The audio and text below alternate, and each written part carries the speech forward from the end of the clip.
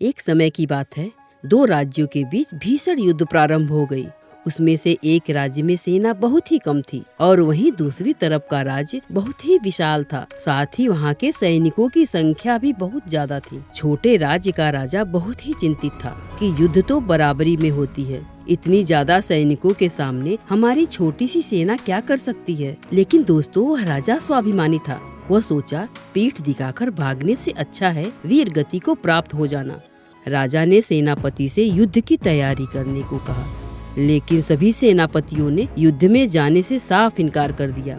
वे सभी युद्ध किए बिना ही अपनी हार मान चुके थे। उन्हें लगता था कि इतनी कम सेना के साथ युद्ध जीतना संभव ही नहीं है। और इसी बात को सोचकर राजा जब बहुत निराश और दुखी अपने महल में टहल रहे थे, तभी कहीं से एक महात्मा राजा के महल में आ पहुंचा।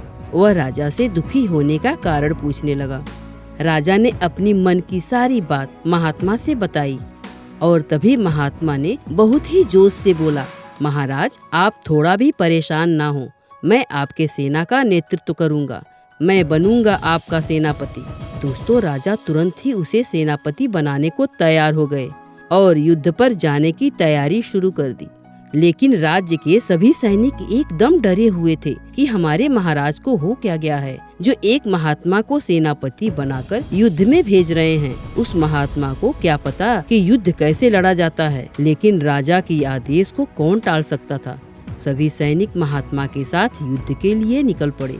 कुछ दूर चलने के बाद रास्ते में एक छोटी सी मंदिर नजर आई। महात्मा ने सारे सैनिकों को रोक कर कहा, युद्ध करने से पहले जरा हम भगवान का आशीर्वाद तो लेते चलें और यह भी पता कर लें कि हम सभी इस युद्ध को जीतेंगे या हारेंगे। अगर भगवान का इशारा जीत की तरफ होगा तो हम युद्ध के लिए आगे बढ़ेंगे, वरना यहीं से वापस अपने राज्य को लौट चलेंगे। महात्मा की बात सुनकर सभी सैनिकों ने उनसे पूछा, हम भगवान के इशारे को कैसे समझेंगे कि वह हमसे क्या कहना चाहते हैं। तभी महात्मा अपने थैले से एक चमकता हुआ सिक्का निकालते हुए बोले, मैं इस सिक्के को हवा में उछालूंगा। जब यह सिक्का नीचे सीधा गिरेगा तो हम समझ लेंगे भगवान का आशीर्वाद हमारे साथ है और हमारी जीत निश्चित है, और अगर सिक्का उल्टा गिरा तो हमारी हार होगी। सभी सैनिक मंदिर में जाने के लिए तैयार हो गए, लेकिन सच बात तो यह थी कि सब युद्ध करने से डर रहे थे।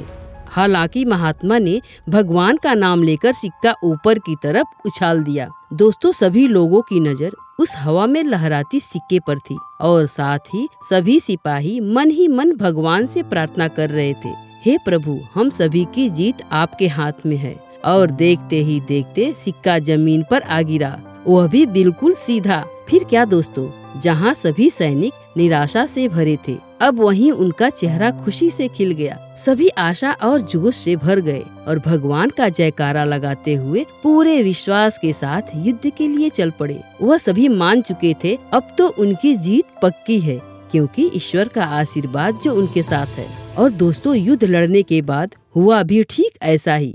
बहुत ही कम समय में महात्मा की छोटी सी सेना ने अपने भारी भरकम दुश्मनों को बुरी तरह से हराकर जंग जीत लिया। अब सारे सेना जीत की खुशी से झूमते हुए अपने राज्य वापस आने लगे। तभी महात्मा ने कहा, अरे भाई, क्या भगवान को भूल गए, जिनके आशीर्वाद से हम लोगों ने यह युद्ध जीती है? क्या हमारा फर्ज नहीं बनता उन्हें धन्यवाद करते चलें? सभी सैनिक एक बार फिर उस मंदिर में जाते हैं और हाथ जोड़कर भगवान को धन्यवाद करते हैं।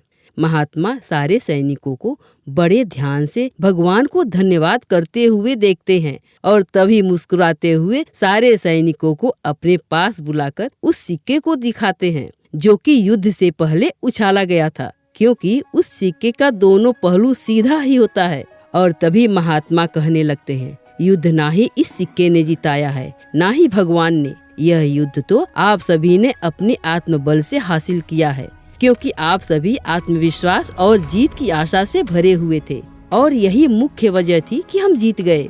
दोस्तों, ऐसे ही जीवन में सफलता इस बात पर निर्भर करता है कि हम जीत की आशा से भरे हुए हैं या हार से डरे हुए। इसलिए दोस्तों, जीवन में कभी हार मत मानना, क्योंकि मन के हारे हार है, मन के जीते जीत। तो दोस्तों, उम्मीद करते हैं आज की यह कहानी आपको जरूर ही पसंद आई होगी।